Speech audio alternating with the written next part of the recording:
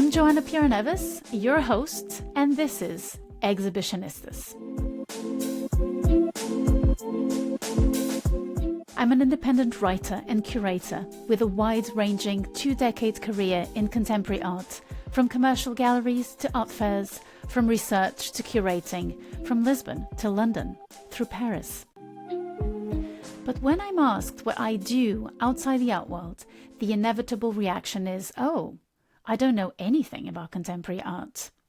Ouch. So call it a midlife crisis, call it arrogance, but I gave myself the task of trying to fill that gap with co-host conversation episodes centered around a genuine exchange of thoughts, feelings, and precious context around solo exhibitions, interviews, and special episodes based on a particular topic to keep you alert and on your toes.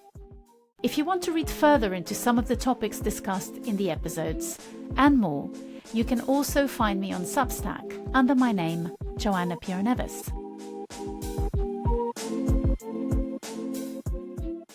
This is an episode where we discuss the work of an artist through their solo exhibition, and today we're talking about artist Giuseppe Penone. So in the first part, I will take you and my co-hosts through his career, and after the break you get to visit the exhibition with us. You can go on Spotify or YouTube for video, or you can go to our Instagram account where I usually post clips of my exhibition visits and also share exhibition views.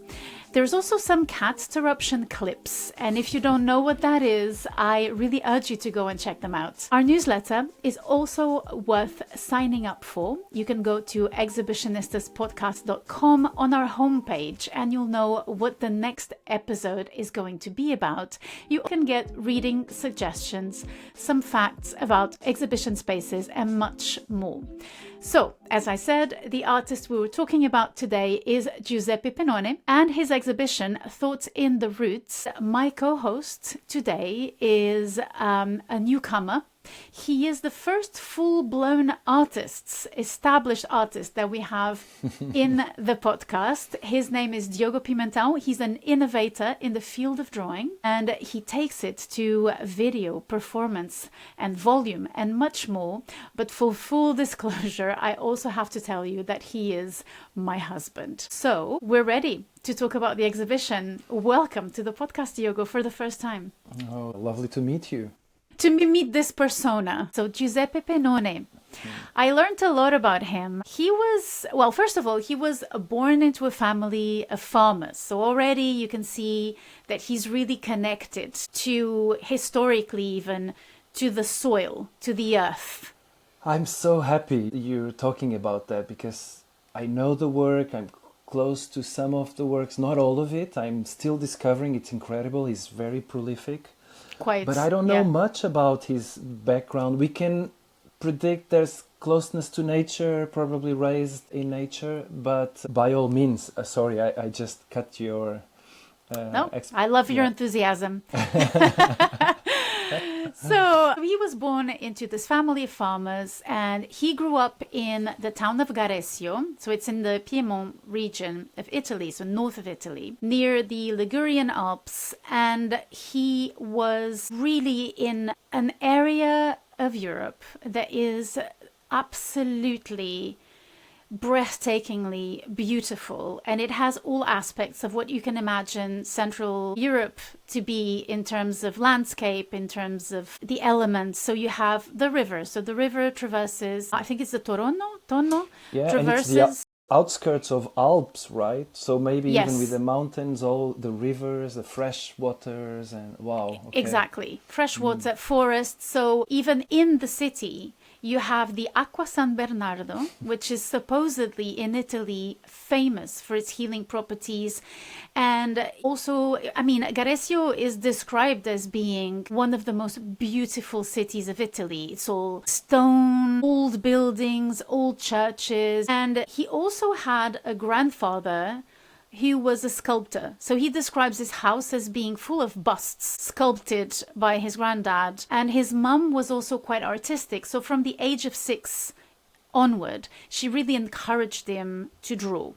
So he wasn't completely disconnected from this idea of art, because you can have this notion of him being, I mean, he's 100 kilometers south of Torino, but he is also engaged somehow with the idea of art or being an artist. I see, introduced to it by different generation as well. Okay. Exactly. And at 16, he was near a river, and he looked into it, and he saw those rocks, you know, those little stones inside the river, and he decided to draw each stone in that body of water. He was connecting to the singularity of each and every element, so each unity, through drawing, and also through a systematic scope of relating to something via the eye, so via observation. It's a great story, the stone one, trying to draw each one of them.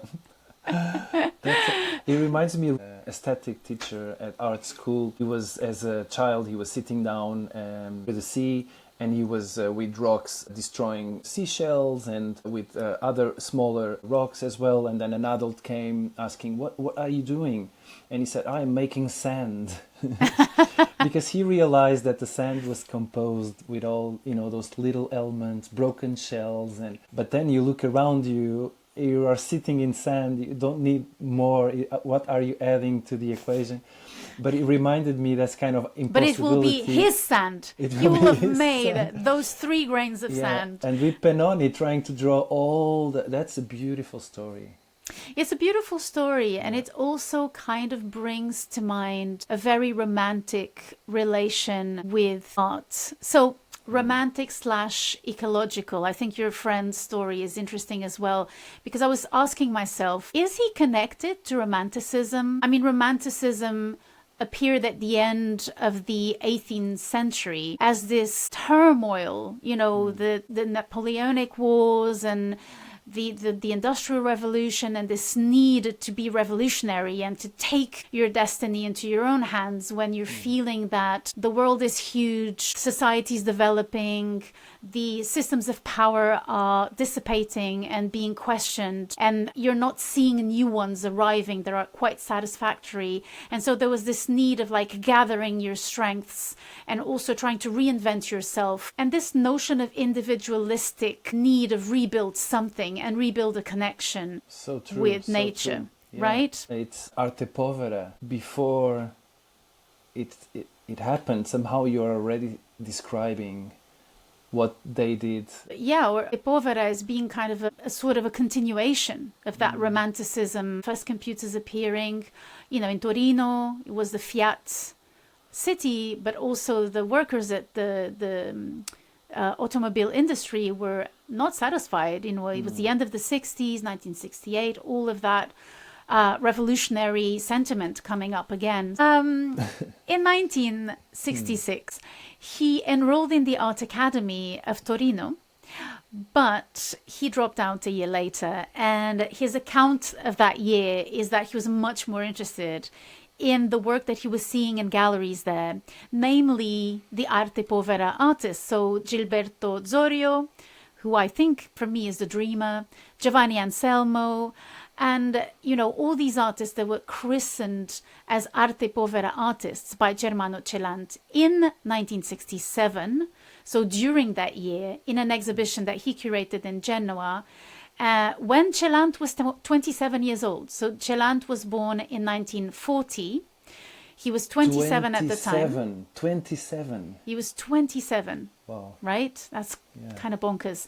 And so Celant coined this term, and I think we can kind of like open the parenthesis here. Who was Celant? You know, who was this character? So he was a towering figure in the Italian and international art panorama as a curator and an art critic. Born in 1940, as I said, he passed away in 2020 from COVID when he was 79.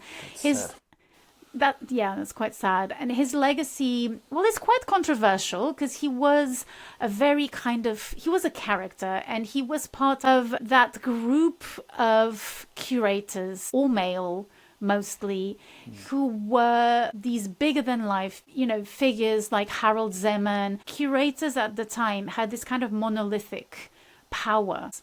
In contrast with today, where you have so many curators, you have groups of curators working together. It was kind of a patriarchal structure, that is what I'm trying to say, and I will say it. Absolutely. No, and I do agree, and I romanticize, and I was, learning to admire that moment as well. So many artists, women artists working at the same time with them, next to them, and not mentioned. This is also a bigger, and why the conversation of what is the role of the curator, and especially what is the role of the institutional curator? Are you there to leave your mark, or are you there to be the person who represents a whole segment of your time in terms of creativity? So Celant, Corey Anderson described him, said that he looked like Zorro.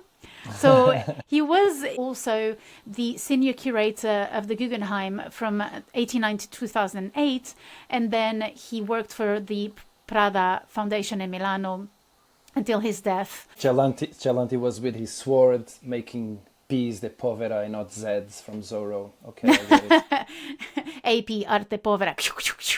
When he coined the term in 1967 and then in 1969 added Penone to the group, that didn't last for a very long time. So in the beginning of the 1970s, he sort of discarded the notion, said that it was over.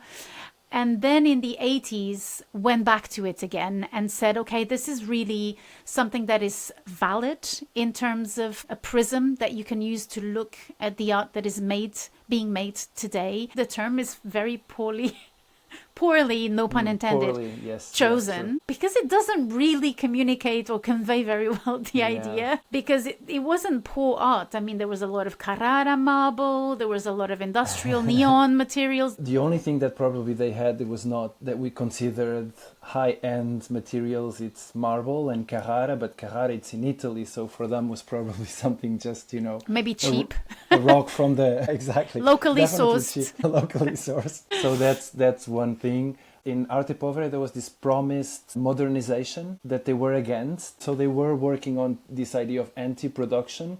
But like you said, it's dubious because some of the materials came from industry as well. It almost seems like the name was like the Impressionists, named to destroy them, and then adopted.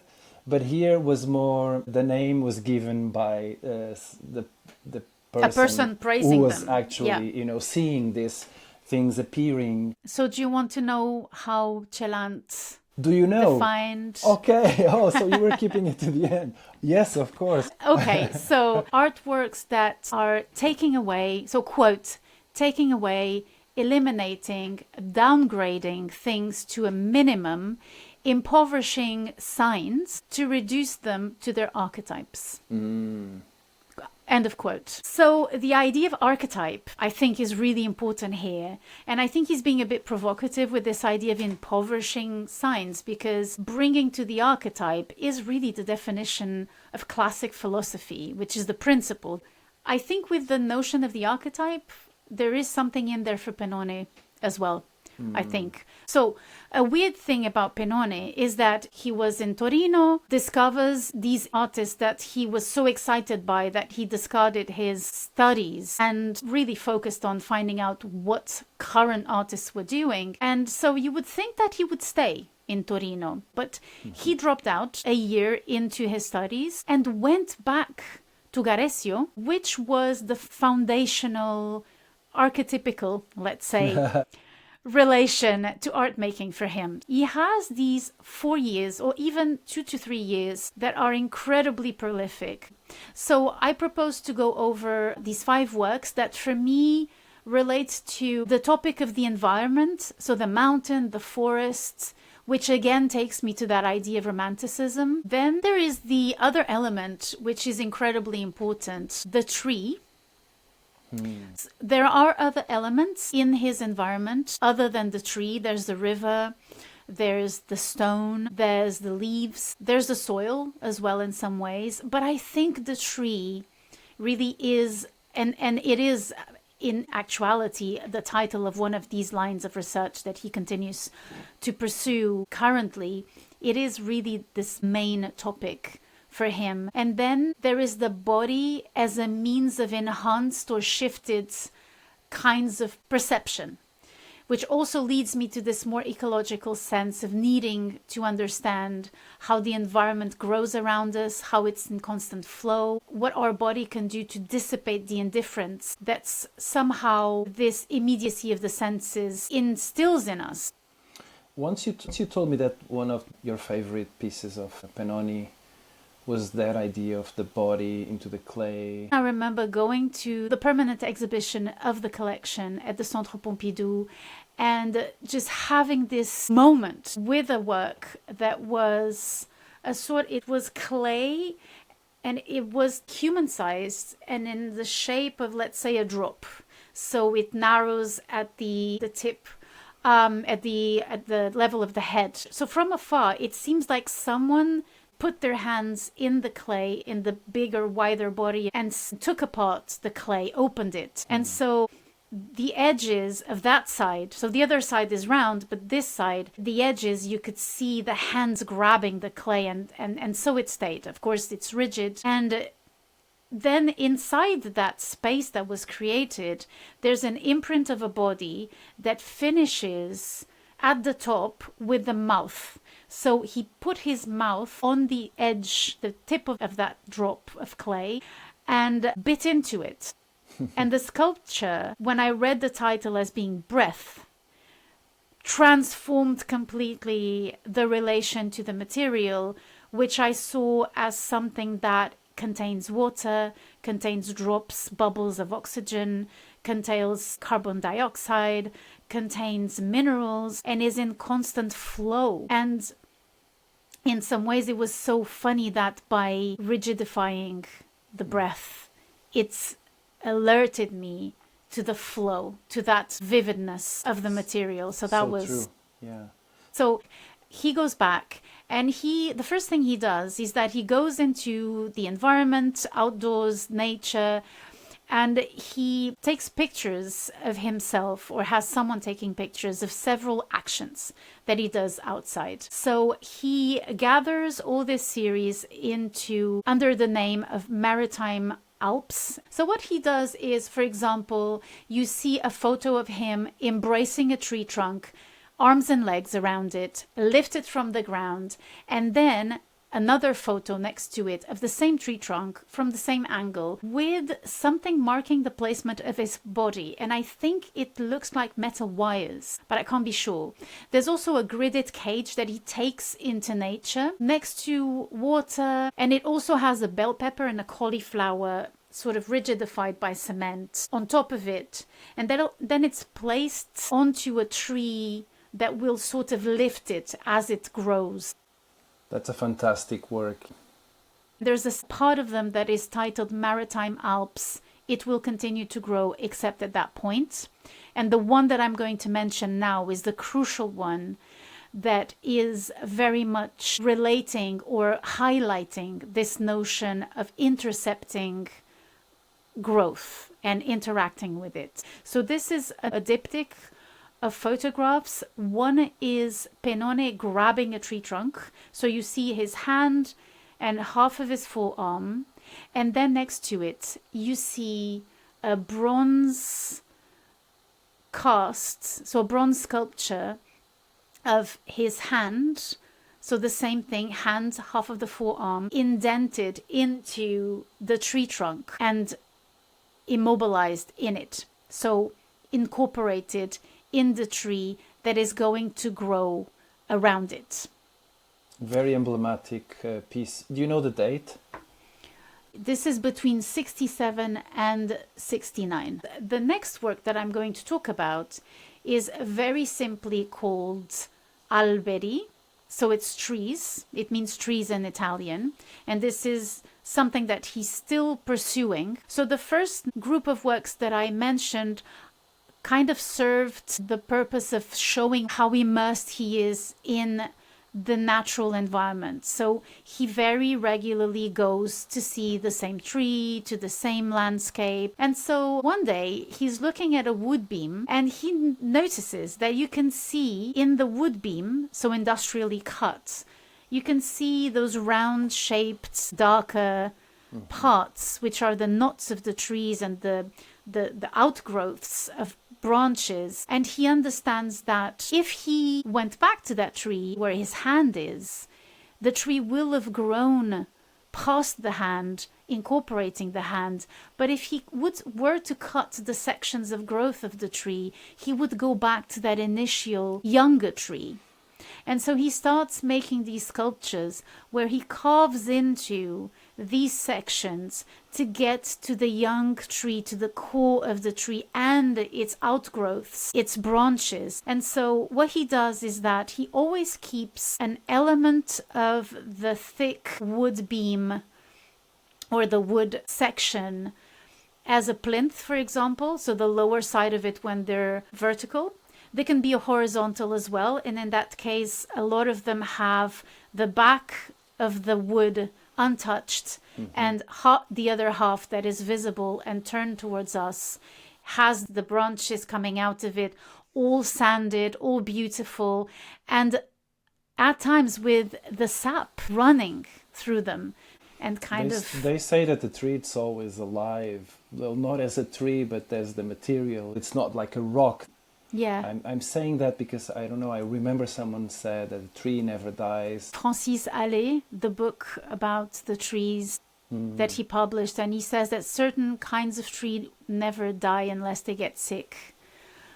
They can live forever, but it's not the case for all trees. That's not completely true. But it's true that in terms of material, and if you think about paper, which comes from trees, the paper reacts to the environment. It reacts to water, it reacts to the sun, it reacts to light. So it is a material that is incredibly porous and very, a little bit like our bodies. And I think that's why he has that very specific connection to trees. I think there's a form of identification as well. Going back to more pragmatic stuff, he shows in 1969 at the Gian Enzo Sperone Gallery in Torino. He shows these sculptures. So he has an exhibition there at the ripe age of 22, which is kind of, precocious, let's say. They are sculpted, but they are sculpted to reveal time as well. Yes, because he takes layers of time, right? Because the tree grows through rounds and rounds and rounds of time, marking what happened. And it's a little bit like sculpting time. Oh, a Tarkovsky reference. I needed to introduce it at some point. Sorry. You had to. Yeah, Tarkovsky is a massive discussion between us that we will spare you. We won't go into it. But Tarkovsky did publish a book of his thoughts and memories called Sculpting Time. And it is a heck of a title. It's a great title, right? As far as titles go. It resonates with these tree works, but like you were saying, redefining sculpture. But the tree is sculpting time. Yes. And Francis Allais in that book has something quite incredible, which is that I think it was him, provided a few architects with the material in terms of weight and in terms of quantity of a tree. And he said, can you build a tower with the same height as the tree with this material? And all architects said that they couldn't. They couldn't, right? Wow, it's incredible. The tree. Yes. So it architects itself into verticality as well. Absolutely. Is very much connected also to us as vertical beings. Penone also said the sculptor must allow themselves to descend to the ground, lowering their body slowly without haste.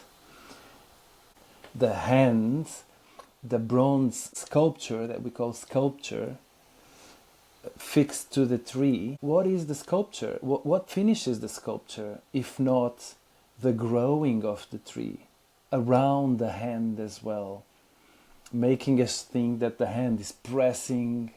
The hand did not press. The hand is made on a soft, holding something else, but then it's attached. And then the beautiful of the image after a few years, it's like you were saying, it's the tree that it's actually sculpting. And Penone knows that.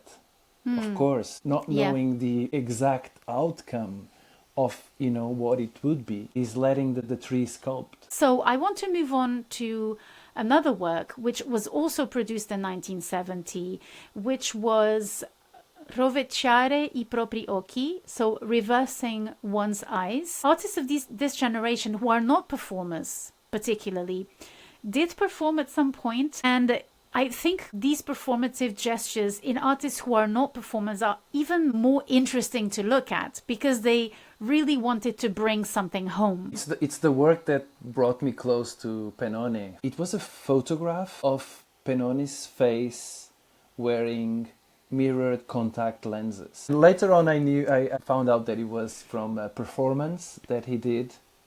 Wearing the mirrored lenses. Mirrored lenses, yes. That basically subverts what would be the use of contact lenses because it blinds the artists and reverts to the spectator what the person wearing the lenses would have been looking at. And there's even, I think in that single image, you can see the photographer on his eyes, which is really uncanny. I saw it as also reverting not only the eyes or what he was seeing, because he's no longer seeing, he's looking inside, but it's a good way to hide. What's the best way to hide, even nowadays, right? With AI and all the security measures, with reading your eye and being able to identify you through your eye. I don't know where you're going, but I'm interested. Okay. So no, he was hiding himself behind those lenses somehow. Not so much. It's not so much a portrait of his beautiful face, posture, and presence, I would say. But it's about is behind it. It's a way to work from the inside, and I think that's what actually touched me when I was a young artist producing, was this idea of almost with no action or doing almost nothing, hiding behind your own work, showing what you should be showing or what you actually look and see, because those mirrored lenses reflect the nature or what he was supposed to look at. Mm-hmm. And so it brings himself inside. I know, and you taught me that he could see a little bit through. There were little holes in the lenses, so he wasn't completely blinded by wearing. Know that. Yeah, you taught me that. Yeah, a while ago. And it's about this membrane that separates us from the outside world, and the membrane of our skin, right? That he says that it's also where we recognize ourselves. It's that membrane. It's without, from that to inside, that's where we recognize ourselves in this world, what we are as person. So it's about this connectivity, knowing that there is a separation, but also a recognition of also where we are, right? Yes. He wore the lenses in Sperone's gallery during Hamish Fulton's exhibition. Then he did so again on October 6th of 1970 along the banks of the river Po. In February 23, in 1971, he performed in Piazza di Spagna in Rome, so meaning that he wore the lenses, in the company of Gilberto Zorio and Cy Twombly. And a few days later, on the 28th of February, he wore them on the train from Ceva to Savona. And then he wore the lenses again on the 23rd of March at the Gallery Paul Menz in Cologne, and again in May 26 at the Kunstverein in Munich, at the opening of a group show in which he participated, which was an Arte Povera show. So this really was performative. And there's also an emphasis for him on the skin, and the skin as bark for us. Like the skin of the tree and our skin is not that different. It's an interface between the body and, like you were saying, the outside world. And I think he becomes the sculptor. I don't know if it's a moment of realization for him or just for myself, but he becomes the sculptor.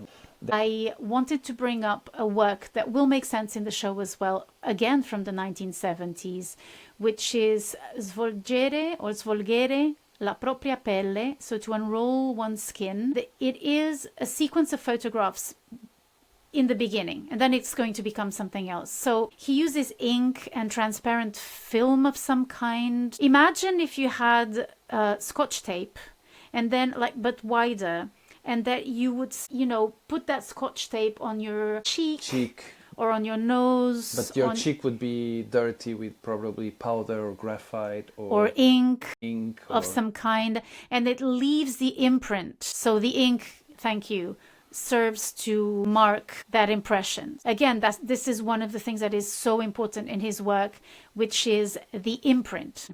Asperities, almost like the tree, like you were saying. Exactly. You can't actually see it, but with that imprint system, you see how the pores, the breathing, absolutely, yes. And so he says, quote, "The skin, like the eye, is a boundary element, the end point capable of dividing and separating us from what surrounds us, the final point capable of physically enveloping enormous expanses.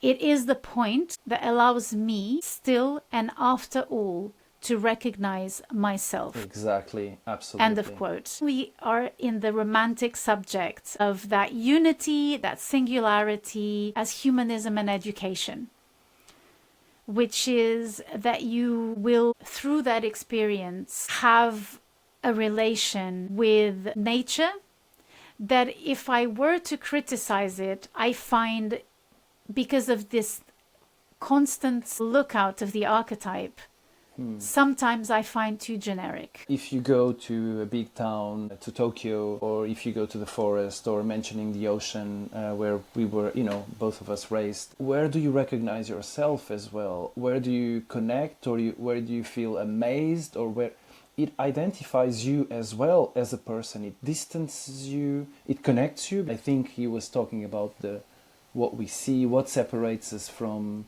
what's the outside, what's the inside, and what's the recognition, which I think it's always important.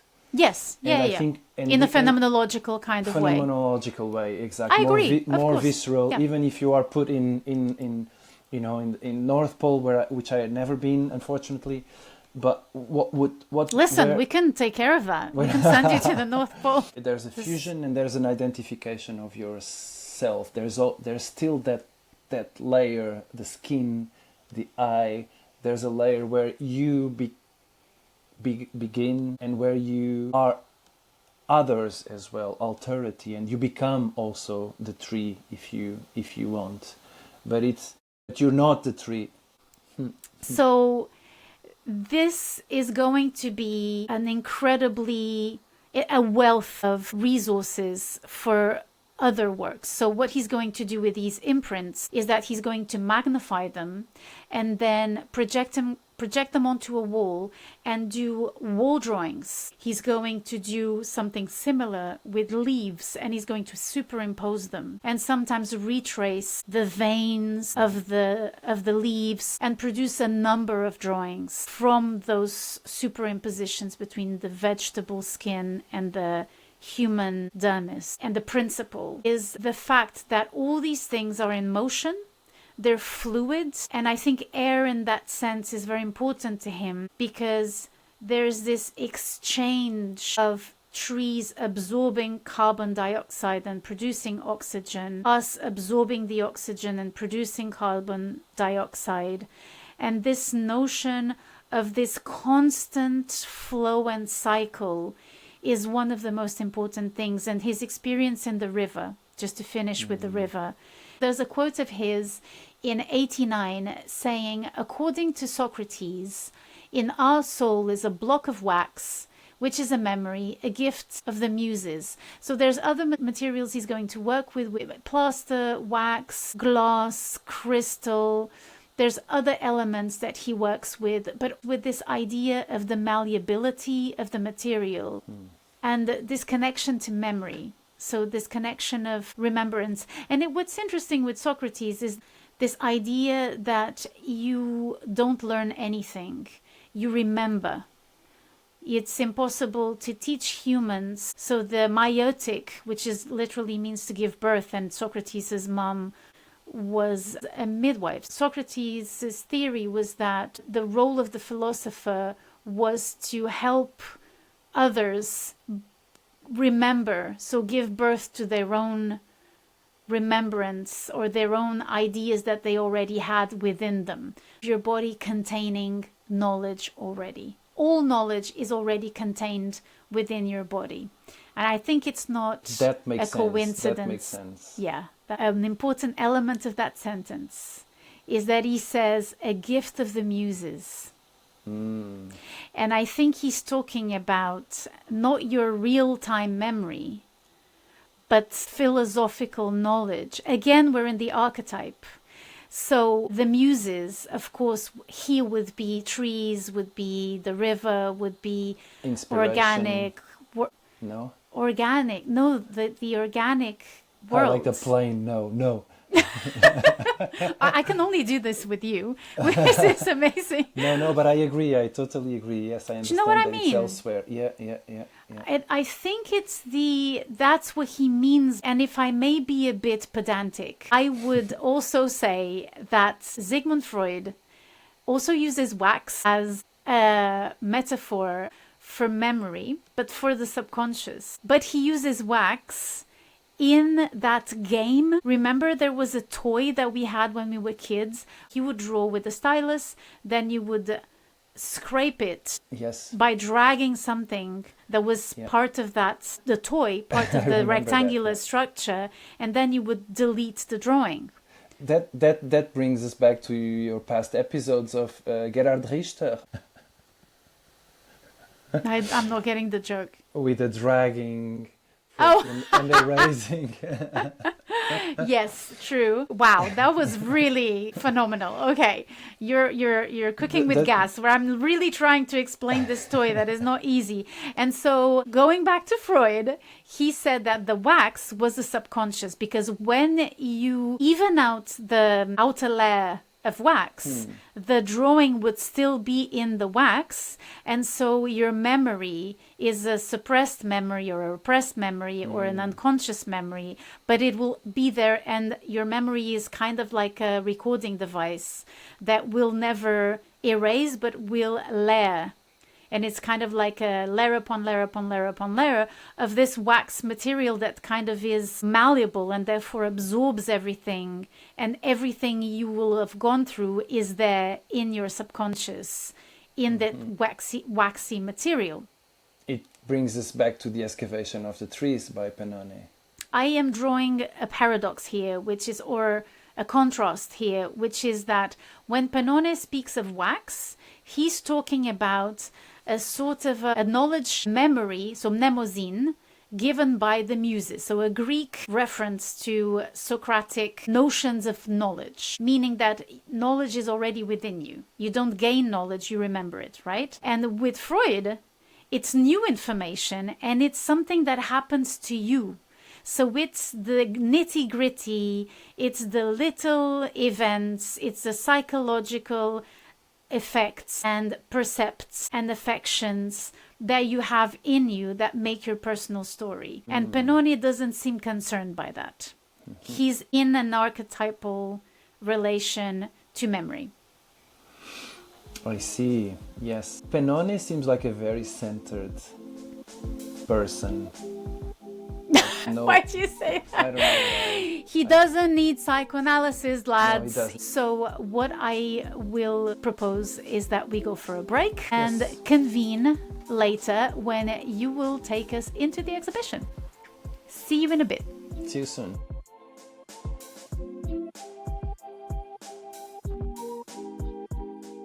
If you're here, you're probably enjoying the episode. So if you think someone else might enjoy it too, by all means, share it. Don't forget to rate and follow Exhibitionistas. It seems trivial, but it can make a difference. All kinds of support count and contribute to more investigation and better episodes. So, of course, donations and memberships through our website or on Substack are very welcome.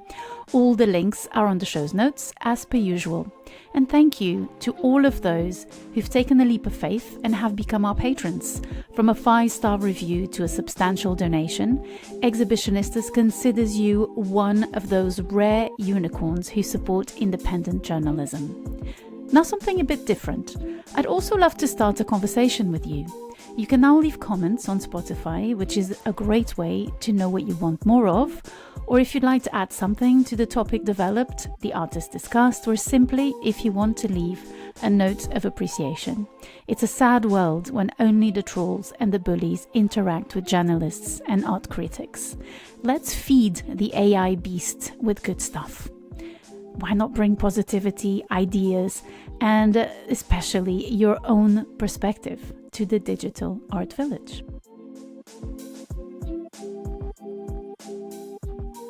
Okay, so we're back and we're going to go into the exhibition. But this time we are not going to push the doors of the Serpentine right away. The exhibition starts in the park. So the title of the exhibition is Thoughts in the Roots. It is on until the 7th of September, so there's lots of time to visit if you're in London. And the exhibition was co-curated by Claude Agile, Hans-Ulrich Obrist, and Alexa Chow was the assistant curator. What attracts you from afar is this huge tree. The inside is gold, and then there is a little hill to go to it, so it's quite dramatic. And then from a distance further away you can perceive that there are more works from Penone. Yeah. And then you approach this tree, you see the title Thunderstruck Tree. It's a work from 2012, and for once I touched it. I had to, for some reason. It was outside, there were no barriers, it was quite inviting, and the material was quite rough. There was this tactility to the material because it was so rough, but at the same time so similar to to a tree.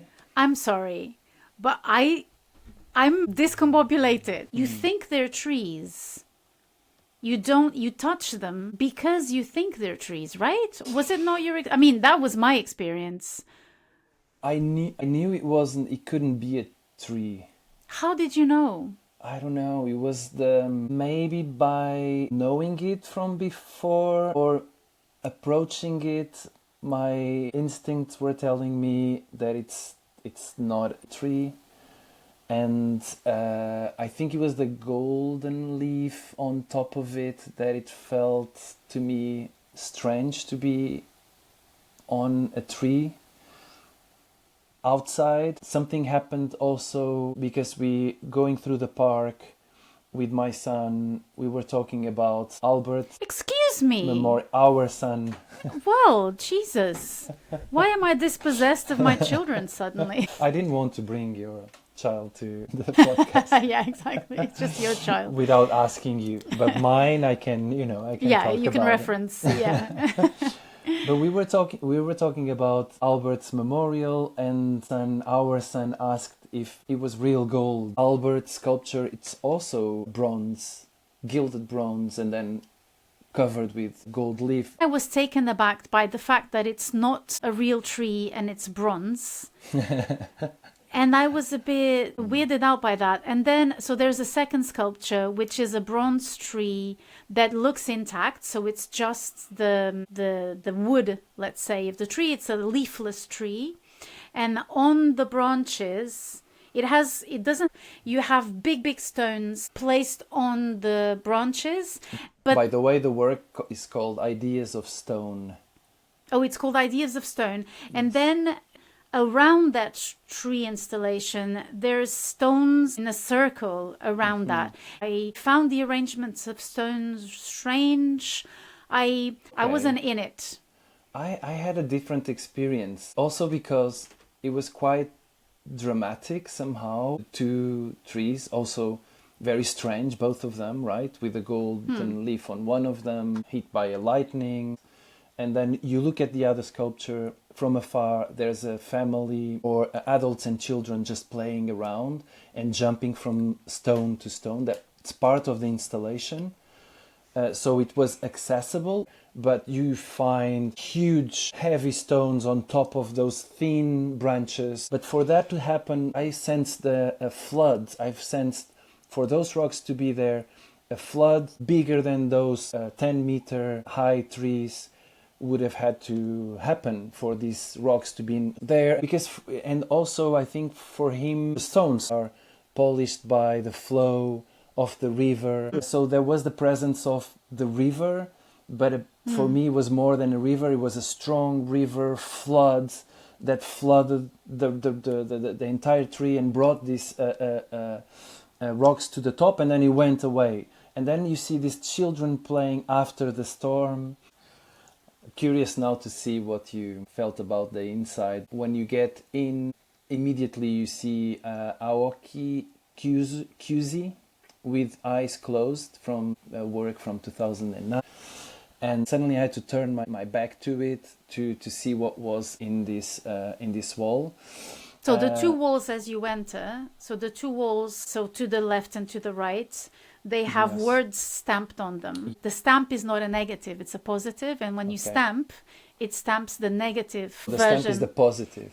Yes. There's two, you realize that there's two works, but only at the end. 8046 giorni nel cielo, 8046 days in the sky. And then you have another one called... On the other wall. On the other wall, 28,490 written in digits, and giorni nel cielo, and the title in English is 28,490 days in the sky. And this one was from 2025. So one from 1969 and the other one from 2000. It's strange. But then I've realized that those days, the 8,046 days, were the days that Penone was under the sky, alive. So he was 22 years old. Yeah. So he wrote all the days that he was, and then he created in 2025 another work. These stamps stopped me, and I had to look back, and suddenly you were immediately into kind of a time zone, or two time zones, and you three time zones, because you were suddenly on your time zone as well. And those doors felt almost like an idea. There was kind of a portal. And it's interesting because you get into the exhibition, but then you look back. So then, after this experience, I moved to with eyes closed. You could see even better from afar that it's Penone's eyes represented with what you think it's paint or drawing, little dots. So, but then you approach and you see that those little dots, or what's marking the drawing, what's making the drawing, are very spiky acacia thorns. And then in the center you have polished white Carrara marble, also sculpted. I think it was replicating or going through the skin, or skin also of the tree, or your own skin. I think it's even the kind of the skin or the veins or of the marble veins. I think when you read the title, you kind of go, oh, wait a minute, these were eyes. You're not quite sure. So he's not kind of like bringing it on with a force. It's like the same thing with the number of the days under the sky. It's not narcissistic. Almost inviting you to close your eyes. It's not about what you see. And then you move to the right. You have this work called Persone e Anni. So people and years, from 2020, and it's interesting that it's from 2020 as well. Also, when Celant died. Oh yes, absolutely. And the pandemic began. It's a frottage piece, so it's a 15 meter long piece. Work. And it's a frottage, so it's all about a rubbing, rubbing. 2020 was, if anything, nothing about touching. Oh yeah, true. It goes around it envelops the corner. And then continues on to another wall. Makes a turn. And it's kind of almost like a shroud. There's a shroud aspect to it. Yes. like a mortuary linen in some ways, because it's kind of wrapping the wall. You don't feel like it's hanging on the wall for you to look at. No, yes. It's embracing, it's covering the wall. There's something very strange. And there's also another aspect of it, which is that it has, so it's the first incidence of a scent. There's an odor. There's an odor to the piece. It's very intense. It's still, I wouldn't say very, very intense, to keep the very, very intense for later. So I would say intense or very intense. Yes. So the linen has at the center these green lines that are the rubbing of vegetable color and leaf frottage on a tree trunk. Absolutely. So the length of the linen is the length of the tree, and the tree's at the center, but it's horizontal. So it's horizontal. It goes across, so it's a lifeline almost, like a timeline almost, but you go from left to right. So it's not a readable timeline. It's reversed. Yeah, you see the piece from the right to left. From right to left, and you read from left to right. Yes. That's what I'm saying. Yes. It's a timeline, and I'm talking about text and timeline because it has text. So around the rubbing of the tree rings, there is there's text. Is a line, and then another line. So he says, line by line, the volume of words wraps around the tree, adding to the description of its form, thoughts, and evocations of images, associating the meaning of words with the memories that each reader identifies for them to the word silence. Never present in nature, memory amplifies the sounds of the body, the breath that inhales oxygen, the heart that pulses and distributes blood throughout the body. So this is more about his experience in nature, being next to a tree, almost imagining the idea of a spectator or being a spectator. But he also describes, I think, something more theoretical about his conception of art. And maybe if you, I'm sending it to you, you can read it. Maybe you could read this part. Okay.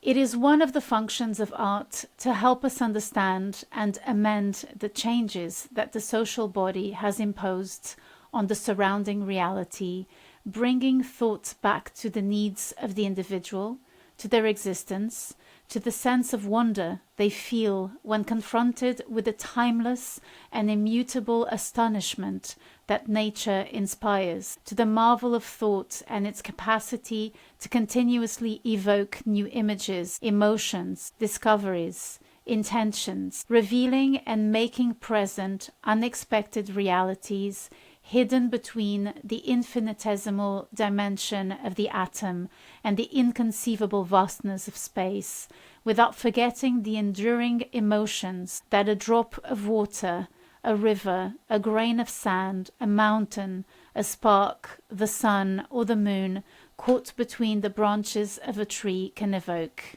The capacity for emotion that the line of a drawing can arouse through the mysterious mechanism that provokes in us astonishment, evoking memory, is part of the inexhaustible wonder that makes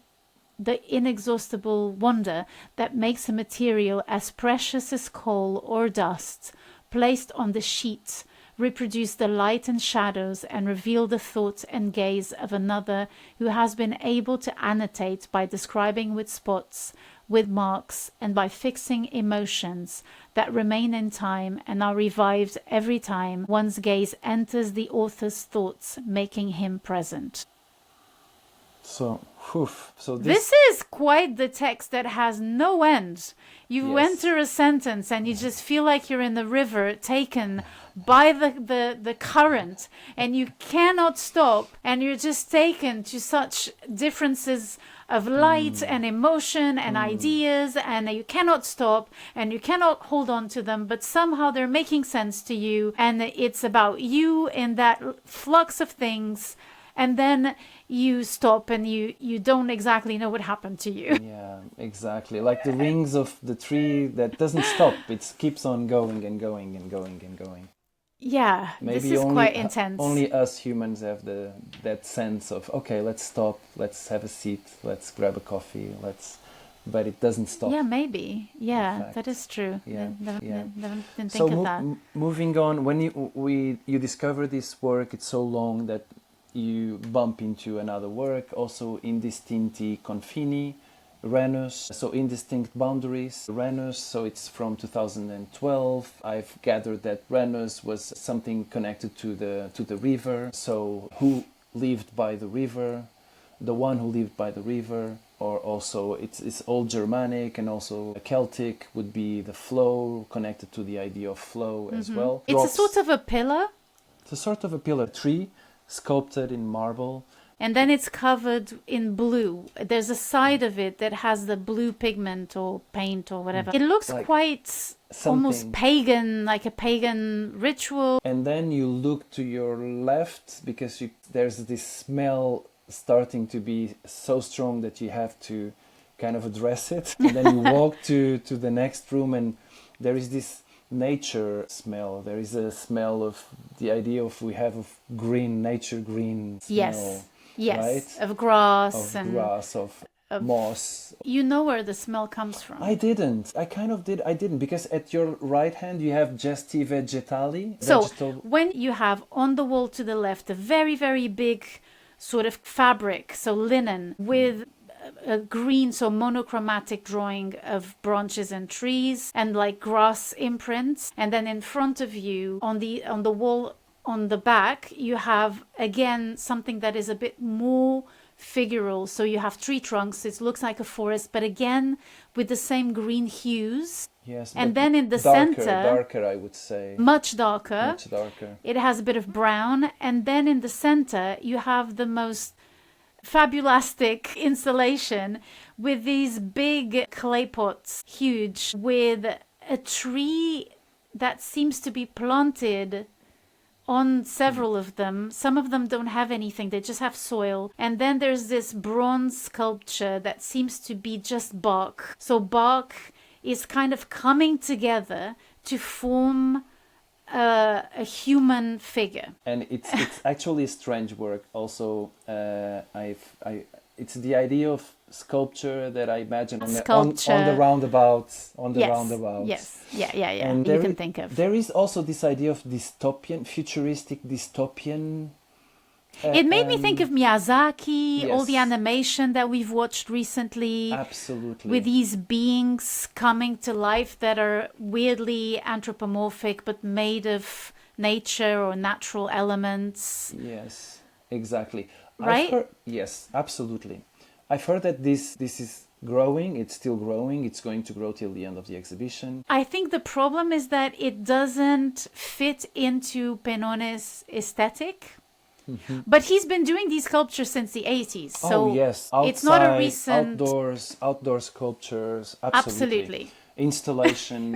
Absolutely at the same time. Installation. They feel different. Okay, so the Serpentine is built in a way where there's a central area that is big, and it's usually kind of the hitting point of the exhibition, let's say.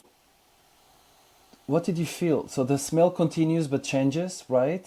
Yes. The walls are still very odorous. Yeah. Right. The walls are covered with laurel leaves. Yes, laurel leaves. Laurel leaves. It's a very strange building that has, I think, 1 or 2 windows almost below the ceiling. Really? And the leaves go up to mid-window, which makes you... It's the first time I was in that room and was made to look upward, and it looks like a church. It literally looks like... And it has this central window. And you're also kind of grabbed by that scent of the laurel leaves. Absolutely. They are in boxes. I mean, not in boxes, but in... The leaves are, yes, in a net. It's sort of a gridded net. Yeah, gridded. Sort of net in little elements. So in unity... So in boxes that then have this grid that holds them. So they're not... So the walls are not paved with leaves. They are...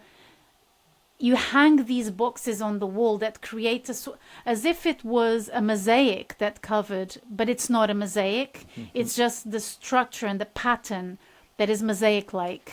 Absolutely, yes. And contains leaves. This work is called Respirare l'ombra, to breathe the shadow.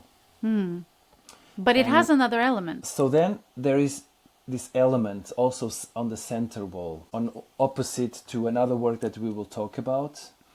But yes, when you turn left, you see this terracotta, this clay sculpture, a molded face with a mouth open, where as if we were inside a body.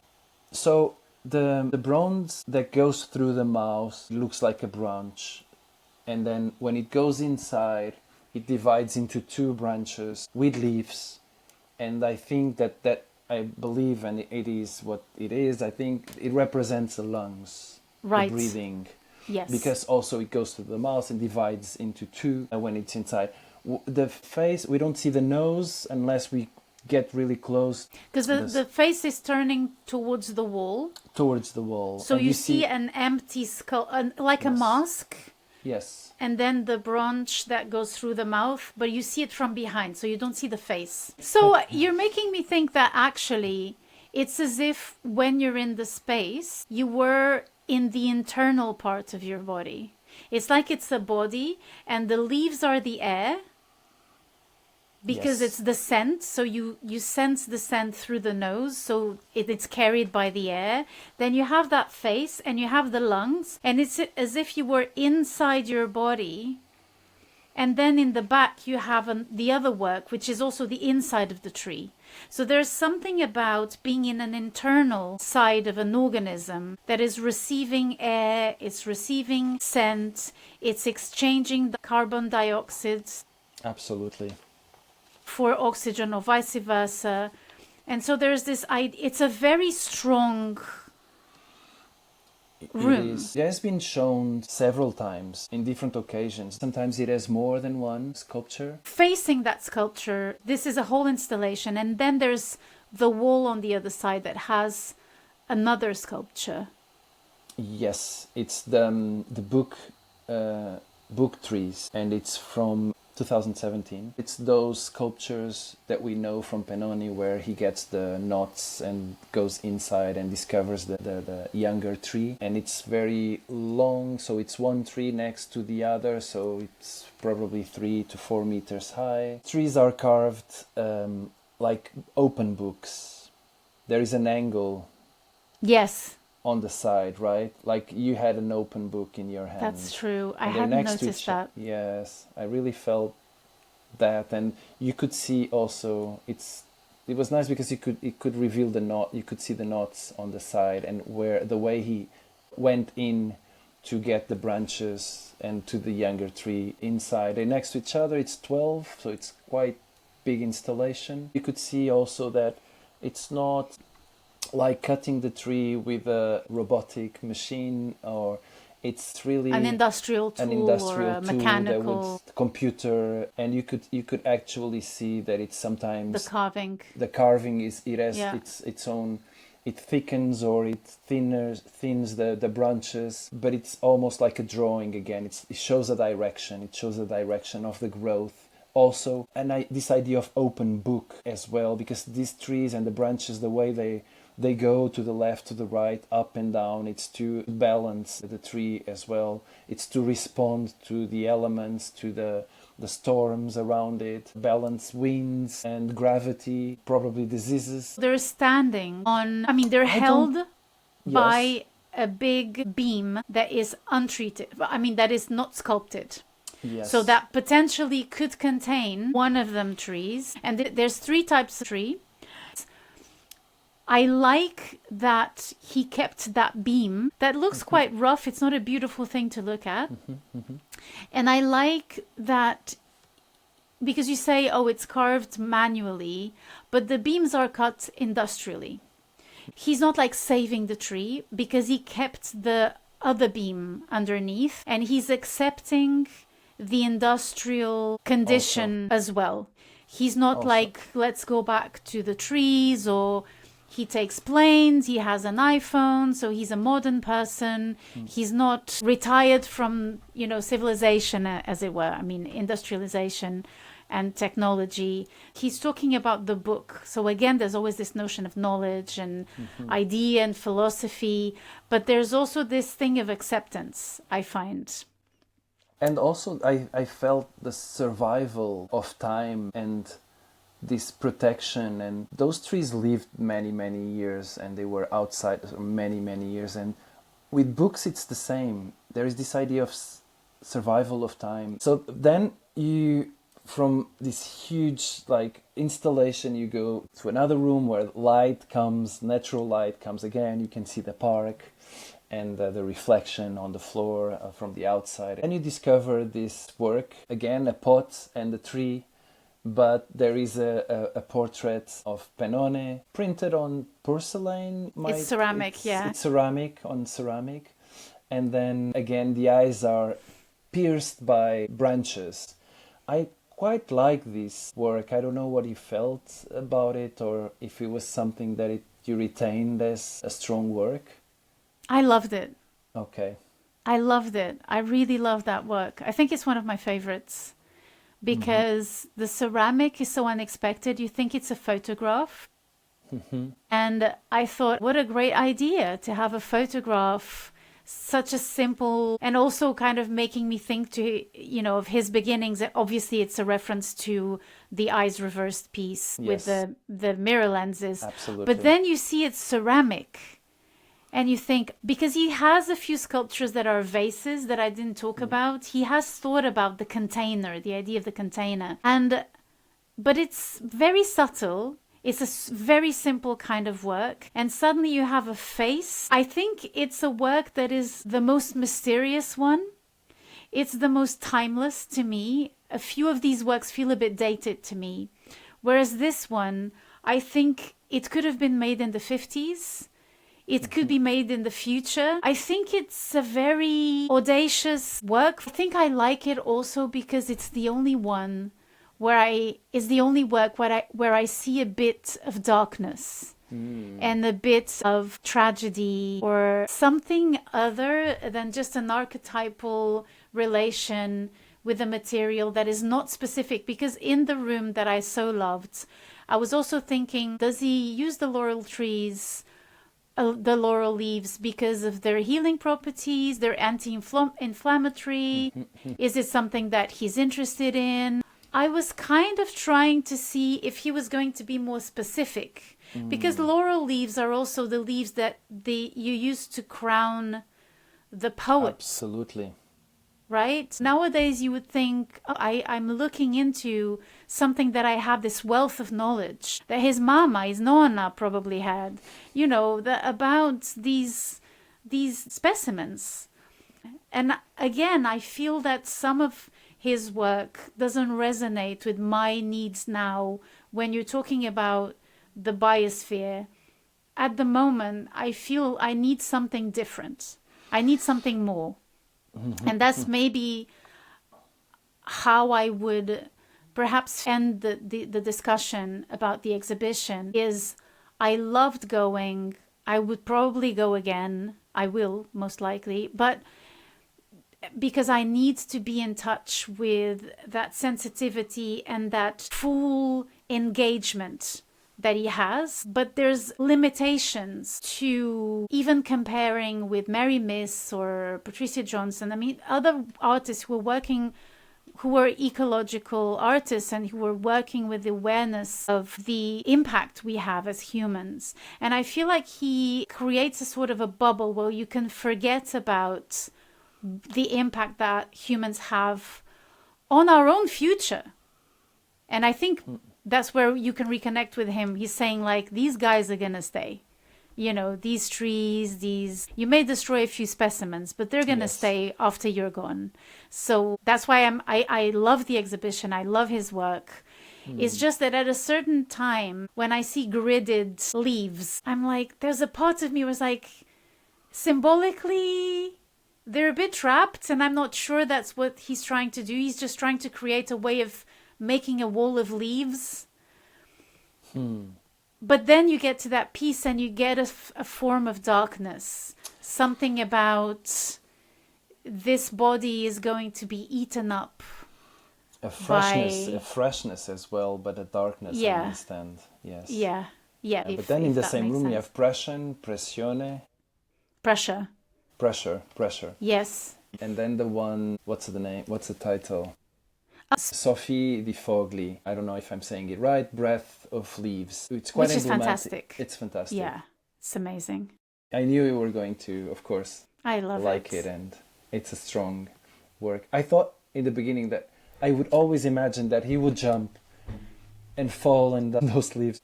So you see leaves on the floor with a very, very organic shape, or just left there on when you are cleaning your garden, and then you put the leaves together with a very irregular shape. Okay, you're right. And they're organized in a sort of a heap that is flattened by something. There's a trace of something. There's a trace of something, yes, definitely. He lies on the heap of leaves, and he blows. He breathes in and out, I would say. Or maybe, he breathes in and out. He breathes with the leaves into the leaves. Yes. I always, even knowing the work, I always imagined since the beginning and even now that he would jump to the work. He would fall at 77. I don't know. Maybe. Why not? Exactly. Why not? It could. Yeah. It doesn't need to be him. The concept is great, and it's there. It could be an assistant. It could be an invitation for us to do it as well. I would say that piece could now go a bit further as well, and maybe be open to a more collaborative experience, and repeat the gesture could be quite nice. But it's, of course, it's, for me personally, that part of the exhibition was really nice with the final work, which is Pressure. It's part of the skin work reversed with tape, but magnified and put on the wall here by assistants. Projected, and then with the help of assistants, drawn with charcoal on the wall. And I felt that it was augmented image, but also augmented, almost microscopic touch. So when you draw, you are actually making a mark, but also micro-touching that small point of contact with his skin somehow. So it's augmented visually, but it's also augmented in the idea of the touch, making. the repeated touch and the making. And this drawing, I don't know if you notice, it's opposite to the drawings, the rubbings of the trees. So when I look at this small drawing augmented on the wall, it felt like also a landscape. It felt like a forest.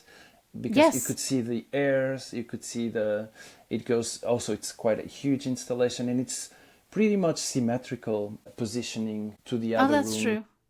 And I felt, even leaving the exhibition, I felt that it was a body that they were kind of drawing with. Every time on the sides you had the branches going out, you had the trees, you had the leaves, but then inside you had the inside of the body, like you were saying. Center there was a face.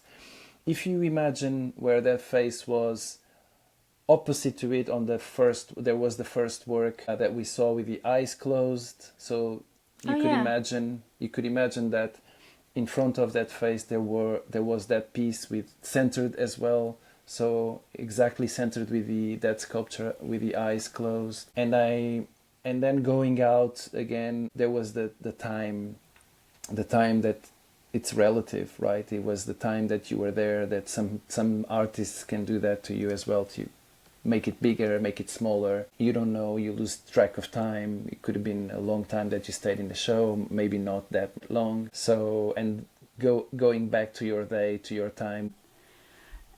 And the muses that in that quote of Socrates, the work that we didn't like that much, at the same time, it kind of makes sense when you think about his references. And it's also very beautiful that it makes us think of a lot of animation. I mean, from Miyazaki to more obscure for us, obviously, not for our kids, that we've watched recently on Netflix, like Scavenger's Reign. So in some ways, and I always say this in the podcast, what you like, what you don't like, we are limited by our own education and our own tastes.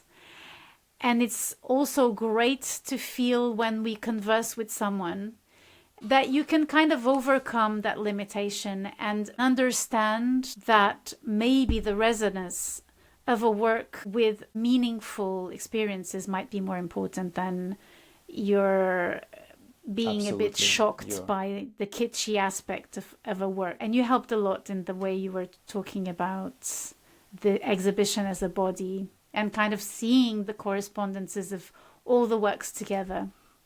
That was quite great. But yeah, thank you. I think we've come to the end of the road. I think there was the problem is that there's still so much that I wanted to say. Absolutely, same, and developing ideas as well. I felt that I had to jump to another one quite quickly, but thank you also for inviting me and for your podcast. It's making me going to more exhibitions lately. Thank you for that as well. So this episode was recorded on the 27th of April 2025. Our research assistant was Sehej Malik and the music is by Sartan. Thank you so much for sticking with us. I hope you enjoyed the episode. Have a good one. Until the next time.